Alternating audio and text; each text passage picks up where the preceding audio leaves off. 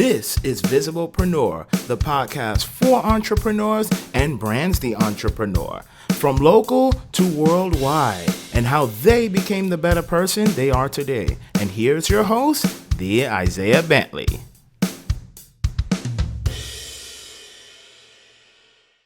All right, guys, welcome to another one of Visiblepreneur here. Today, we've got our third official lady. She does two businesses. She has LSL Finishes, and then you also have, what was the name of the other company? Masonry and Glass Systems. Masonry and Glass Systems, Inc. Systems, Inc. So this one's going to be pretty interesting. Obviously, women in business, we more need to bring that out into light. So it's going to be a fun one. And Anna, thanks for coming on Visiblepreneur. Thanks for having me. Oh, yeah, absolutely. So tell us, how is it that you got started into your business, and what was your passion behind it? Well, it's my husband and I own LSL Finishes, and my husband owns Masonry and Glass Systems, Inc. with a business partner. And I have been associated with our business since early 2018. Prior to that, my background was in the education field, and then I was a stay-at-home mom, and then I went back to the education field, and then I started working with Dan. But Dan, my husband, was a union painter for 8 years when we first got married, and then we had a general contracting company. We sold that. He went to a company after that, and then eventually we opened up LSL Finishes, which was just painting, and then we added the flooring side.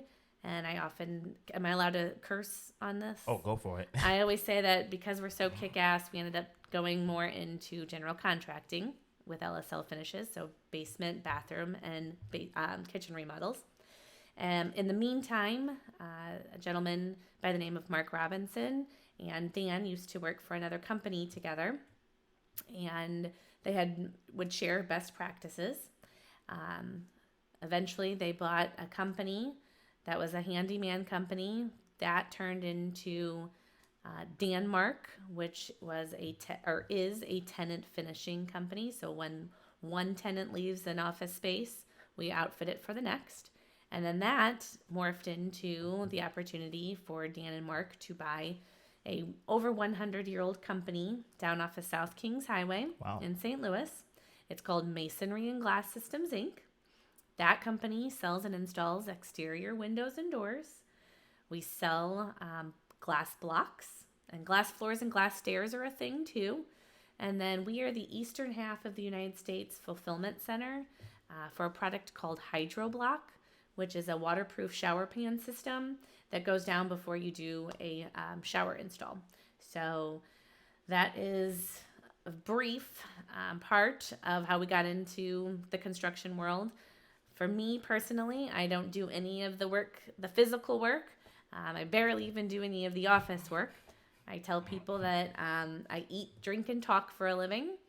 And I rarely, if ever, talk about what I do for a living because I believe in being a community partner first. And when you're a community partner that doesn't sell to people, you eventually... The business side will come eventually. So I am in a lot of chambers. I'm in all 4 chambers of St. Charles County. O'Fallon. I joined O'Fallon Chamber first, and then Western St. Charles, which is Wentzville, Lake St. Louis, Flint Hill, and Dardine Prairie. And then I joined the Cottleville Chamber. And then I joined Greater St. Charles Chamber, which includes St. Peter's. I'm a director for Little Black Book, which is an all-women's networking group. I head up I'm the director of Family and Community Connection, and I head up a side part of Little Black Book called Moms on the Move. I'm trying not to say so bear with me. Oh, it's okay. I am a graduate of Vision St. Charles Leadership, class of 2020. I am the leader of the O'Fallon chapter of Number 9, which is a weekly networking group. I am in All Stars, which is a weekly networking group that meet every Wednesday. I'm trying to think if there's anything else. So that's my part of our business is I'm the face of the company. Yeah, no, that's awesome. So you've literally got your hands in I lost count of it, but it sounds like it was about maybe 7 or 8 different things, probably more closer to 10. Yeah, I've never counted either, but yes, quite a few things. Yeah, no, that's awesome. So you're definitely a master networker, because I've heard it, and you truly are. Matter of fact, you're the leader of our number 9 group as well too. So definitely thank you for that. You've pushed me out of my comfort zone when I first started You networking. are a such a different version of yourself than Oh, when we thanks. first met. I'm very proud of how far you've come. Yeah, thank you. So I definitely gotta ask, what has been your experience like when you first started in the networking world? Okay. Well, so I kind of had a leg up because my best friend, her name is Heather Patterson. She was a business owner and joined the O'Fallon Chamber probably 12 years ago. And Oh, I was wow. associated with the chamber through events. So I had an idea of what networking was when I first started working with Dan full time. But Heather, the January 1st, 2018, I asked Heather, what am I going to do? Tell me what to do. And so she was able to steer me in the direction of joining a chamber and just getting out there. So my experience was I had already had a few friends in the networking world that kind of took me under their wing and taught me, basically just get out there and meet people.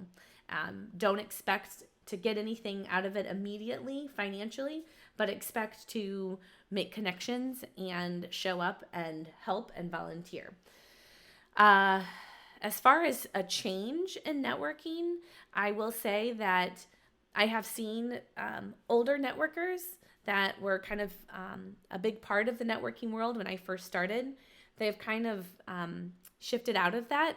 And I can only assume it's either because they're too busy or they've switched career paths. I'm not really sure.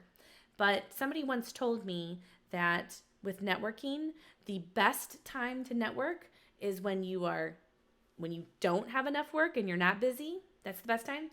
The other best time to network is when you are too busy and you have all the work in the world. It is very important to continually be top of mind, and the best way to do that is to get out. So I did see a shift of older networkers, and now there's a kind of a revamped group of younger people who are networking. I don't think there's been much specific change. I think that when I first started, it was just very evident to me that when you give of yourself, it will come back tenfold. And I don't think that that has changed. I think that there are many opportunities in the St. Charles County to network, probably way more than other cities in America. Because I have friends and family throughout the country, and they either don't know what networking is or they only have one opportunity to network. So we're very lucky here in St. Charles County that there is so many different options. Another change maybe that I can think of off the top of my head is quality networking. There has been a shift from the standard you sit down week after week after week and it's a category exclusive. There's only one contractor, there's only one insurance agent, there's only one healthcare. Uh, I always say, and I know you hear it all the time, the world is not category exclusive.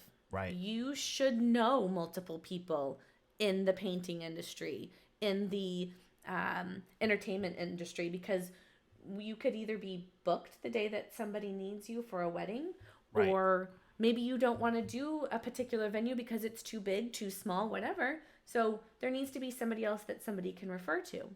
So the shift of networking groups that it's just one person per industry, I never liked that even from the beginning. And the more and more I'm in networking, the more I see that people are getting away from that. There's plenty of work to go around. And even if there's not plenty of work, there's different personalities. So you might not get along with so and so in the same industry as this person, and you want to work with that person. So that is something specific that I have seen as a change from when I first started. Yeah, no, that's really awesome. Because going back to what you said, there are people in there that's either they're new, especially the experienced ones.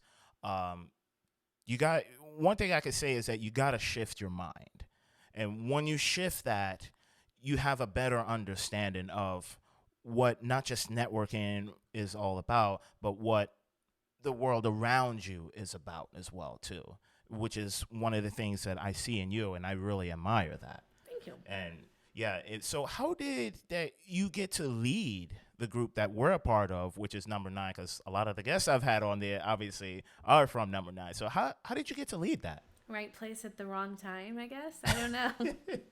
No, so I was invited by Heather Patterson to a different networking group. It was under a different name at the time. And I visited, I joined. I thought it was, I'm sorry, you know what? Nope, I'm going to take it back one step before that. My good friend Ed Campbell Jr., he's been in the networking world for a very long time. I believe the very first time the first day that I started networking, Ed had invited me to this other networking group's location in Chesterfield. And then fast forward a couple months, Heather invited me to the O'Fallon chapter. And I just fell in love with the group. I fell in love with the people. And eventually, the gentleman that was running it, he wanted to open up a different chapter. So he asked if I wanted to run the O'Fallon chapter.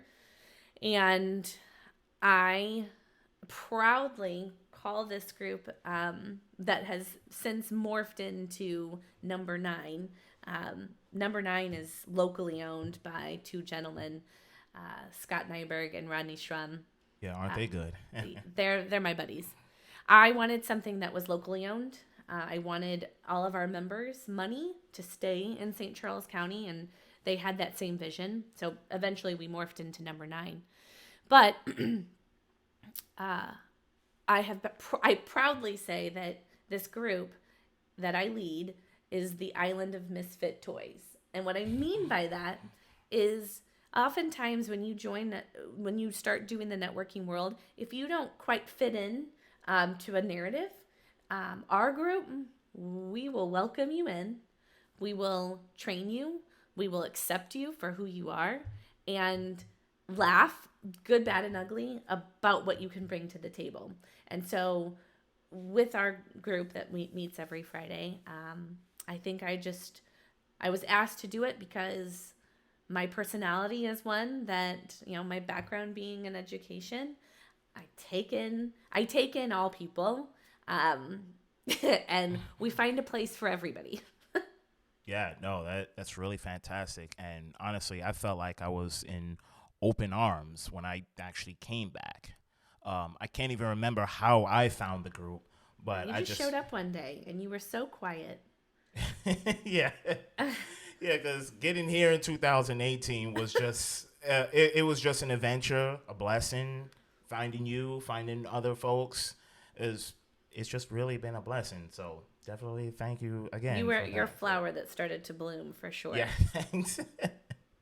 So I also wanted to ask too, because you've also been part of community events. You've participated in quite a bit of them. What are some of the ones that you do it, and why is it that you do it? Okay.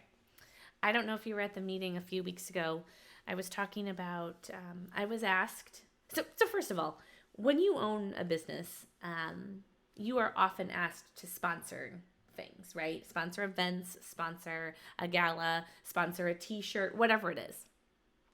And, it can get overwhelming and you start to become more selective. Mm-hmm. What I have, as far as community driven, I have picked organizations like the Child Center, where I believe so wholeheartedly in what they do, and they need our support financially, physically, emotionally. They need our support as business owners. Yes. But a couple weeks ago, about a month ago, I was asked to possibly be a sponsor. Masonry and Glass was asked to be a sponsor for the upcoming BJC Foundation Gala. And I have a very warm place in my heart for Kristen Williams and Don Rothermick, who head up the BJC Foundation. And that's one of the community events that I am willing to put my financial resources into. And when you do something like that, not only does it get you in front of multiple people, right, at an event, but it gets you in front of one of the events prior to the main gala. We're having a barbecue next month where all the sponsors and the people that are in the planning committee, and I believe the board, we all get together and just chat and plan and share best practices, right? So I wouldn't be around those people had I not taken the financial leap to do that. So Why do I do it? One, because I like to be a part of the community. Two, if I have the resources to do it, whether it's physically being able to be out and about and help, or financially, why wouldn't you do it, right? And three, as a business owner, it gets you in front of people. And isn't that the whole point of doing business? Is to find the next person that could potentially be a client or could potentially know somebody who could be a client. So I went on my little tangent a few weeks ago at number 9 at our Friday meeting where I said, volunteer, show up, get places early, stay after, ask the person in charge, without being annoying, what can I do to help? So that's why I do it. Yeah, no, that's really fantastic. Like you said, you've gotten out there, you've helped, you've been part of multiple things, and yeah, many people have known you to do that. So you're one of the people that you give and then you get back. So that's really awesome. So I wanted to ask, because we're gonna go into the business a little bit. How has the COVID affected both of your businesses? Well, the construction world, as you are probably aware, has not slowed down whatsoever. The way that it affected in the beginning, we did shut down for about a month, which was really difficult because Dan and I are, we're workers. So, that's what you do. But, nobody really knew in the beginning. We went back, and a few best practices that we put into fruition because of COVID that we would not have thought of. Back before COVID, and there was enough employees and enough people to work. There was enough product. You didn't have to wait for months for certain flooring choices or even different countertops, whatever it may be. We could tell a client we are starting January 15th, and we will most likely, if not for sure, be done January 25th. And then the next client, we could say, oh, you've sent your deposit. We know we're going to start January 26th, and so on, right? Mm-hmm. Well, back last November, my husband, our production manager, Aaron Patterson, and my office manager, Tana Shea Martin, they were kind of freaking out because it was getting to the point where one of the jobs wasn't going to end before the next one started, and we didn't know what to do. And all of a sudden, I had this idea that why don't we liken our company to the DMV? And what I mean by that is anyone that's gone to the DMV, when you pull in to the parking lot and you see 30 cars, you're going to know you're probably going to wait, right? Right. Yeah. Do you know how long you're going to wait? No. No, you don't know. So reluctantly, you go inside and you see that they're on customer number 15, and your little piece of paper says you're customer 27. Do you still know how long you're going to wait? No. No. But do you know that there are, what's 27 minus 15? 12? Yeah, 12. You know there's 12. I think that's right. Anyway, 12 people in front of you. So you know at least when 26 is up there, you know you're next. Mm-hmm. So I said to my office people, I go, why don't we, instead of telling clients we are starting on January 15th. We tell them, you are the third person that has sent us a contract. We are on customer number 1. We will let you know when 1's done and we have moved to 2. And we will let you know when we are pretty certain that customer number 2 is going to be done and when we can start with you.